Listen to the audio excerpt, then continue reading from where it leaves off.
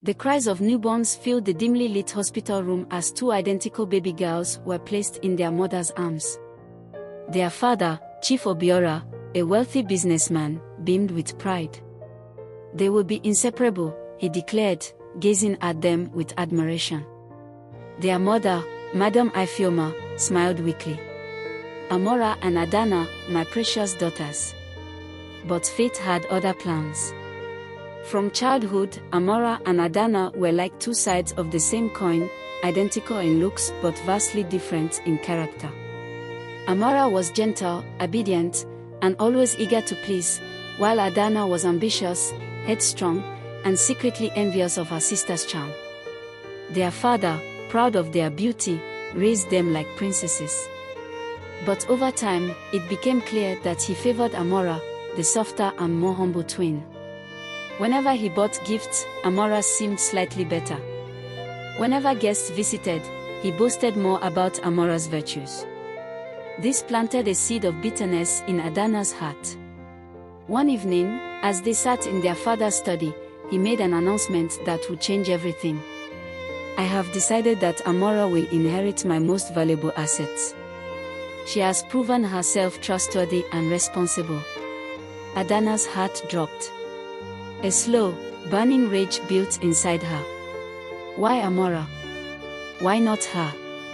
That night, as Amara slept peacefully, Adanna lay awake, eyes cold as stone. I will take what is mine, she whispered to herself. As they grew older, Amara fell in love with a young, successful man named Chek. Their love was pure, and Chief Obiora approved of their union. Adanna, who secretly loved Chek, masked her pain behind a forced smile. On the night of their traditional wedding, as the festivities filled the air, Adanna approached Amara with a trembling voice.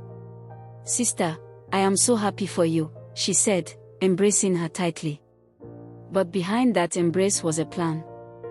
That same night, Adanna sneaked into Chek's room, dressed exactly like Amara. In the dim candlelight, she whispered, "Come, my love," Chek, thinking it was his bride-to-be, kissed her passionately. By the time he realized the truth, it was too late. The next morning, Amara walked into a scandal. Chek was devastated, accusing her of betrayal. Their wedding was called off, and Chief Obiora was ashamed. Amara, heartbroken and humiliated, fled from home. Adanna stood at the doorway, watching her sister leave, a victorious smirk on her lips. Now, everything will be mine, she thought. Years passed. Chief Obiora fell sick, his health deteriorating rapidly. Before his death, he made one last wish, to see Amara. Guilt-ridden and desperate, Adanna searched for her sister but found nothing.